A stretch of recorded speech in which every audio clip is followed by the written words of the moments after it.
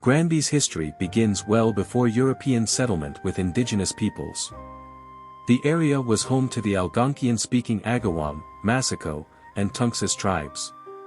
These tribes had seasonal villages, with the Massacos maintaining a winter village near what is now the Massachusetts border.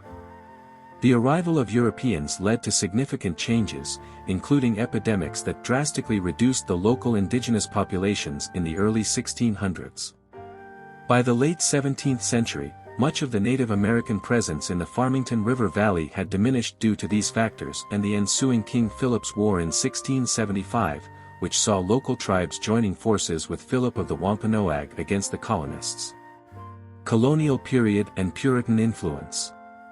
Granby was part of the territory initially settled by English Puritans who sought to establish a Bible Commonwealth in Connecticut. The town's roots trace back to the colonial period when Windsor, Hartford, and Wethersfield organized under the Fundamental Orders of Connecticut in 1638. Granby was initially part of Simsbury but was settled by families from there as early as 1723. The area was known for its Puritan ideals, with the community initially centered around congregational churches, which were both spiritual and civic centers. Incorporation and growth. Granby was incorporated as a separate town in 1786, taking its name from Granby, Massachusetts, which was named in honor of John Manners, Marquess of Granby. The early economy was based on agriculture, particularly tobacco, dairy, and other farming products. The town's development was marked by the establishment of the Turkey Hills Ecclesiastical Society in 1736, reflecting the religious and community organization of the period. Economic and cultural evolution. In the 18th century, Granby became known for its copper mining, with Samuel Higley minting the first unofficial coins in the American colonies in 1737 from copper mined in what is now Granby. This period also saw the establishment of Newgate Prison in the area that would later become East Granby, which was the first state prison in the United States. The economy shifted over time. The 19th century brought challenges like economic depression, leading to an exodus of young people to more promising regions.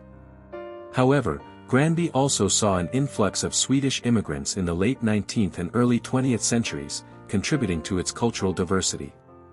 20th century developments. Throughout the 20th century, Granby transitioned from a primarily agricultural community to a more suburban one while still retaining its rural character.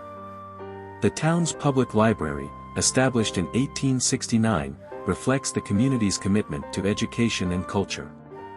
The disestablishment of the Congregational Church in 1818 marked a shift in religious practices, with other denominations like Baptists, Methodists, and Episcopalians gaining ground. Granby's location near Hartford has also made it a bedroom community for professionals working in the city's financial and insurance sectors. Landmark and notable sites. Granby Center Historic District. This area reflects the architectural evolution of the town with buildings from the late 18th to early 20th centuries.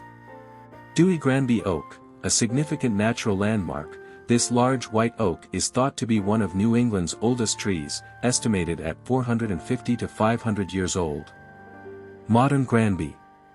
Today, Granby remains a rural residential community, known for its natural beauty, with extensive woodlands and rolling hills. It's part of the Capital Planning Region and includes areas like North Granby and West Granby. The town's history is preserved through sites like the Salmon Brook Historical Society, which maintains historical buildings and artifacts. Educational institutions, community events, and local businesses continue to shape its identity as a place where history and contemporary life intertwine.